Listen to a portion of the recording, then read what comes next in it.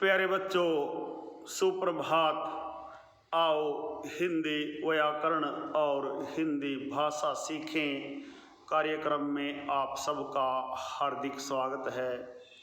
प्यारे बच्चों, आज हम NCERT द्वारा कक्षा 8वीं के पाठ्यक्रम में शामिल पानी की कहानी नामक पाठ के अभ्यास के प्रश्नोत्तर एवं महत्वपूर्ण बहुविकल्पी प्रश्नोत्तर सीखेंगे।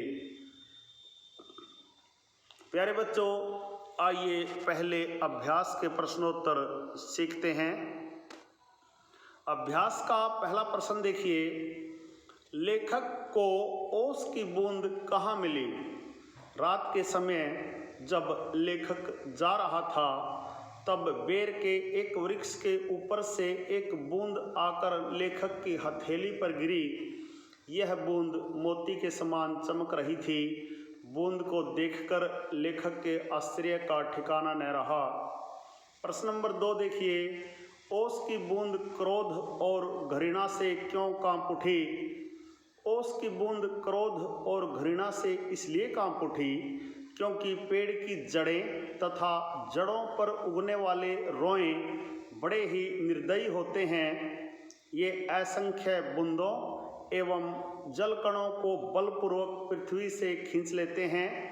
कुछ जलकणों एवं बूंदों को तो ये एकदम से नष्ट कर देते हैं और अधिकांश का सब कुछ छीनकर उन्हें बाहर निकाल देते हैं। प्यारे बच्चों, प्रश्न नंबर 3 देखिए, हाइड्रोजन और ऑक्सीजन को पानी ने अपना पूर्वज अथवा पुरखा क्यों कहा है? हजारों वर्ष पहले हाइड्रोजन और ऑक्सीजन नामक दो गैसें सूर्यमंडल में लपटों के रूप में विद्यमान थी। जब हमारे ब्रह्मांड में उथल पुथल हुई तो अनेक ग्रह और उपग्रह बने। भीषण आकर्षण शक्ति के कारण सूर्य का एक भाग टूटकर एक अज्ञात आकर्षण शक्ति की ओर बढ़ने लगा।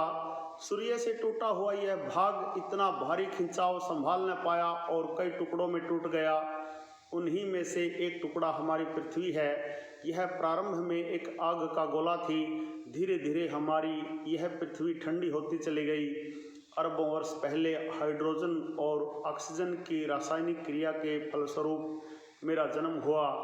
इसलिए हाइड्रोजन और ऑक्सीजन को पानी ने अपना पूर्वज अथवा पुरखा कहा है। प्यारे बच्चों, प्रश्न नंबर 4 देखिए, पानी की कहानी के आधार पर पानी में जन्म और जीवन यात्रा का वर्णन अपने शब्दों में कीजिए। पानी का जन्म हाइड्रोजन और ऑक्सीजन नामक दो गैसों के रासायनिक मेल से हुआ। उन दिनों पानी भाप रूप में होता था तथा पृथ्वी के चारों ओर घूमता रहता था। इसके बाद पानी के रूप और गुण में परिवर्तन हुआ तथा भाप से परिवर्तित होकर यह बर्फ के ठोस रूप में आ गई। भाप रूप में पानी स्वरूप अत्यंत विस्तृत था, लेकिन ठोस रूप में आने पर यह सीमित एवं छोटा हो गया। पहले की अपेक्षा अब यह उसका 17वां भाग शेष रह गया था। इसके पश्चात अचानक सूर्य ताप आया और ठोस बर्फ रूप वाले पानी की सुंदरता बदल दी। सारी बर्फ पिघलकर पानी बन गई। कुछ पानी नदियों में मिल गया, कुछ समुद्र में जाकर मिल गया और कुछ जलकण आंधी के साथ उड़कर वायुमंडल में पहुंच गए। प्यारे बच्चों, प्रश्न नंबर 5 देखिए, कहानी के अंत और आरंभ के हिस्से को स्वयं पढ़कर देखिए और बताइए कि ओस की बूंद लेखक को आप बीती सुनाते हुए किसकी प्रतीक्षा कर रही थी। कहानी के अंत और आरंभ के हिस्से को स्वयं पढ़कर यह पता चलता है कि ओस की बूंद लेखक को आप बीती सुनाते हुए सूर्य की प्रतीक्षा कर रही थी। प्यारे बच्चों, यह थे अभ्यास के प्रश्नोत्तर। आशा है आपको समझ आए होंगे। प्यारे बच्चों, आइए अब पानी की कहानी नामक पाठ के महत्वपूर्ण बहुविकल्पी प्रश्नोत्तर सीखते हैं। प्रश्न नंबर 1 देखिए, पानी की कहानी किसकी रचना है? रामचंद्र मिश्रा, रामचंद्र शुक्ल, रामेश तिवारी, रामचंद्र तिवारी। प्यारे बच्चों, पानी की कहानी रामचंद्र तिवारी की रचना है। लेखक के हाथ पर क्या गिरा? एक पत्थर, एक फल, एक बूंद, एक फूल। लेखक के हाथ पर एक बूंद गिरी। बूंद कहाँ से गिरी? पीपल के पेड़ से, नीम के पेड़ से, पहाड़ से, बेरी के पेड़ से। बूंद बेरी के पेड़ से गिरी। बेरी के पेड़ में बूंद कहाँ पर दबी हुई थी? जड़ों में, पत्तों में, फलों में, टहनियों में। बेरी के पेड़ में बूंद जड़ों में दबी हुई थी। जड़ों के अंदर बूंद कितने दिन रही? 3 दिन, 2 दिन, 1 दिन, 3 रात। जड़ों के अंदर बूंद 3 दिन रही। प्रश्न नंबर 6 देखिए, बूंदों को उड़ने की शक्ति कहाँ से प्राप्त होती है? पृथ्वी से, सूर्य से, चांद से, तारों से।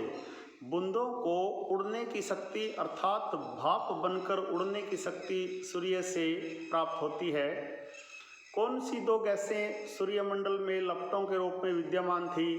Hydrogen nitrogen, hydrogen carbon dioxide, hydrogen oxygen, oxygen carbon dioxide. अरे बच्चों, हाइड्रोजन और ऑक्सीजन 2 गैसें थी जो सूर्यमंडल में लपटों के रूप में विद्यमान थी। हाइड्रोजन और ऑक्सीजन की रासायनिक क्रिया में क्या उत्पन्न हुआ?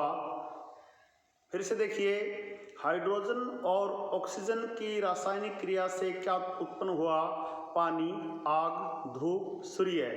हाइड्रोजन और ऑक्सीजन की रासायनिक क्रिया से पानी उत्पन्न हुआ। बूंद बर्फ का कौन सा भाग है? 100वां, 10वां, 17वां, 50वां। बूंद बर्फ का 17वां भाग है। कई महीने तक बूंद कहाँ घूमती रही? नदी में, कुएं में, तालाब में, समुद्र में। कई महीने तक बूंद समुद्र में घूमती रही। प्रश्न नंबर 12 देखिए, समुद्र का पानी कैसा है? मीठा, नमकीन, खट्टा, कड़वा। समुद्र का पानी नमकीन होता है। पृथ्वी फटने से धुआं, रेत, पिघली धातुएं तथा लपटें निकलने को क्या कहते हैं? ज्वालामुखी, ज्वालासुखी, ज्वालादेवी, ज्वालामयी।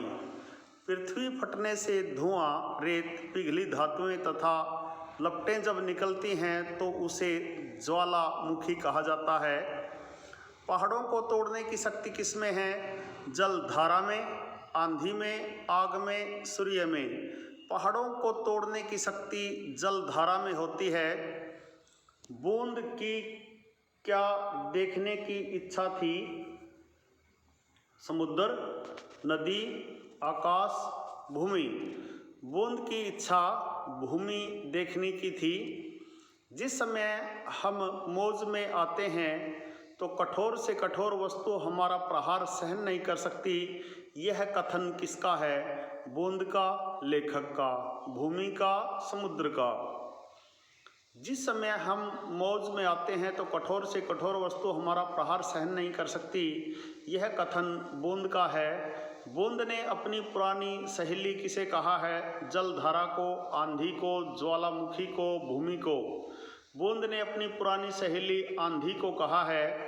बूंद ने अपना परिचय लेखक को क्या कह कर दिया? ओस, वर्षा, नदी, जोहड़। बूंद ने अपना परिचय लेखक को ओस कह कर दिया। प्रश्न नंबर 19 देखिए,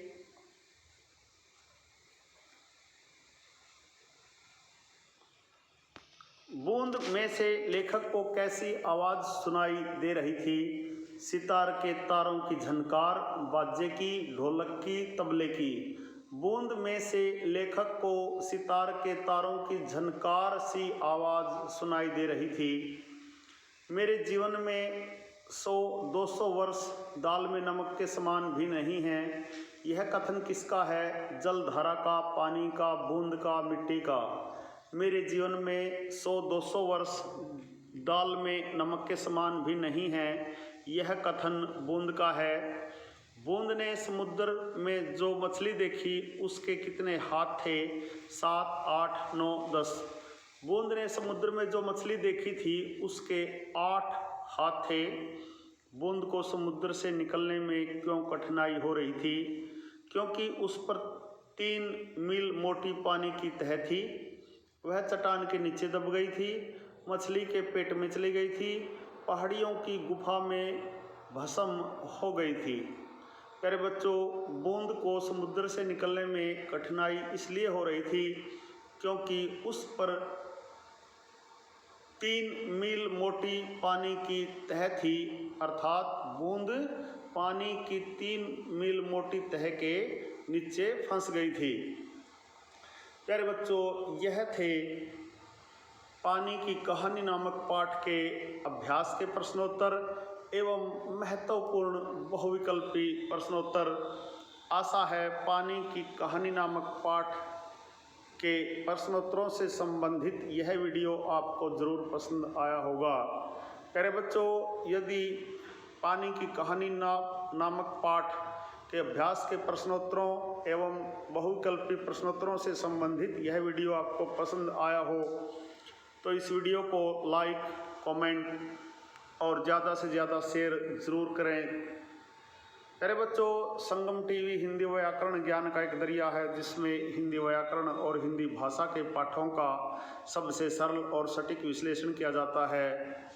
प्यारे बच्चों, यदि आप वास्तव में गंभीरता के साथ हिंदी व्याकरण और हिंदी भाषा को सीखना चाहते हैं, आप मेरे YouTube चैनल संगम टीवी हिंदी व्याकरण को सब्सक्राइब जरूर करें और वीडियो पर दिए बेल आइकन को जरूर दबाएं ताकि संगम टीवी हिंदी व्याकरण पर पढ़ाए जाने वाले पाठों का सबसे सरल और सटीक विश्लेषण YouTube पर अपलोड होते ही उसका नोटिफिकेशन सबसे पहले आपके पास पहुंचे। प्यारे बच्चों, खुश रहें, मस्त रहें, योगा करें, स्वस्थ रहें। आपका दिन, आपका जीवन सदैव मंगलमय हो।